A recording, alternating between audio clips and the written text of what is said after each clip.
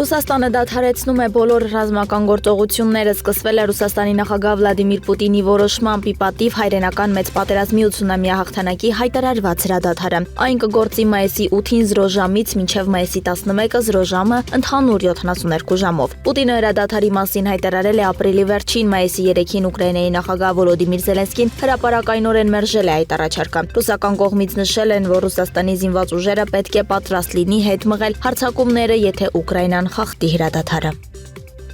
Կրեմլում Ռուսաստանի Դաշնության նախագահ Վլադիմիր Պուտինը հանդիպում է անցկացրել Չինաստանի նախագահ Սի Ցզինփինի հետ։ Չինաստանի ղեկավարը մայիսի 8-ին օրվա մեծ մասը կտրամադրի իր ռուս գործընկերոջ հետ բանակցություններին, իսկ մայիսի 9-ին կմասնակցի հաղթանակի 80-ամյակին նվիրված հանդիսություններին, որոնցում նա կլինի գլխավոր արտասահմանցի հյուրը։ Պուտինի եւ Սի Ցզինփինի բանակցությունները սկսվել են նեղ կազմով, որն ըստ էության նույնպես բավականին մարդաշատ է, հաշվի առնելով չինական պատվիրակության անդամների թիվը։ Ռուս-չինական գագաթնաժողովը կշարունակվի ընդլայնված կազմով կառավարության անդամների եւ խոշորագույն ընկերությունների ղեկավարների մասնակցությամբ։ Պուտինը եւ Սի Ցզինփինը զգայուն հարցերը կքննարկեն առանձին թեյախմության ժամանակ, որը տեղի կունենա բոլոր պաշտոնական միջոցառումների ավարտից հետո։ Վերջին տարիներին նման ոչ պաշտոնական շփումներ եղել են ռուս-չինական բոլոր գագաթնաժողովներում։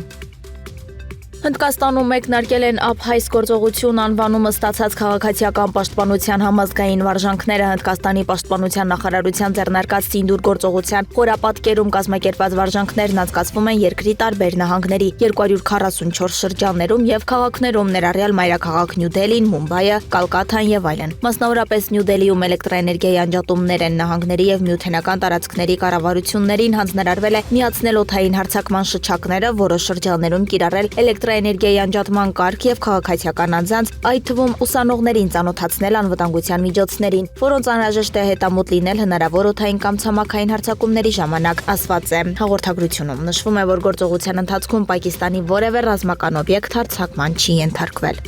Մայիսի 7-ին ազգին ուղղված իր ելույթում Պակիստանի վարչապետ Շեհբազ Շարիֆը Հնդկաստանի գիշերային հարձակումն անվանել է վախկոտ եւ գովաբանել է Պակիստանի բանակին վերահսկողության գծի վրա բախման ժամանակ հնդկական 5 կործանիչ խոցելու համար։ Շարիֆը հայտարարել է նաեւ, որ Պակիստանը անցյալ ամիս Հնդկաստանի վերահսկողության տակ գտնվող Քաշմիրում 26 մարդու կյանք խլած ահաբեկչական հարձակման մեջ ներգրավված չէ։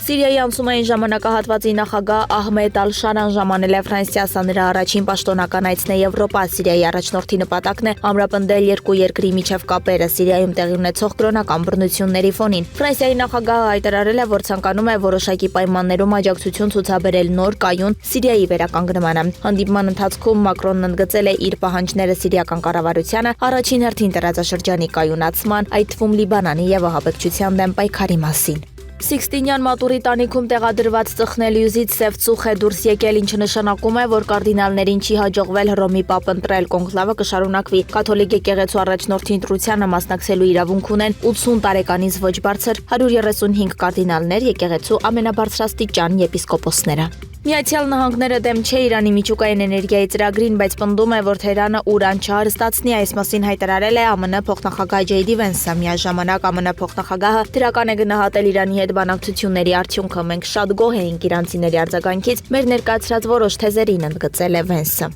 Հնդկաստանի եւ Պակիստանի միջև հակամարտության թեժացման ֆոնին Իրանի արտաքին գործերի նախարար Աբբաս Արաղչին մայիսի 7-ին մեկնել է Նյու Դելհի բանակցելու Հնդկաստանի բարձրաստիճան պաշտոնյաների հետ։ Նշվում է, որ այցի ընթացքում նախատեսված են երկկողմ հարաբերությունների արդիական հարցերի, նաեւ տարածաշրջանային եւ միջազգային օրակարգի վերաբերյալ քննարկումներ։ Միաժամանակ Արաղչիի եւ Հնդկաստանի արտաքին գործերի նախարար Սուբրամանյամ Ջայշանկարի նախագահությամբ տեղի կունենա երկու երկրների համատեղ տնտեսական հանձնաժողովի նիստը։ Կողմերը կքննարկեն նախկինում կնքված տնտեսական համաձայնագրերի իրականացման առնչվող հարցեր եւ կուրվագծեն դրանց հետագա զարգացման ուղիները։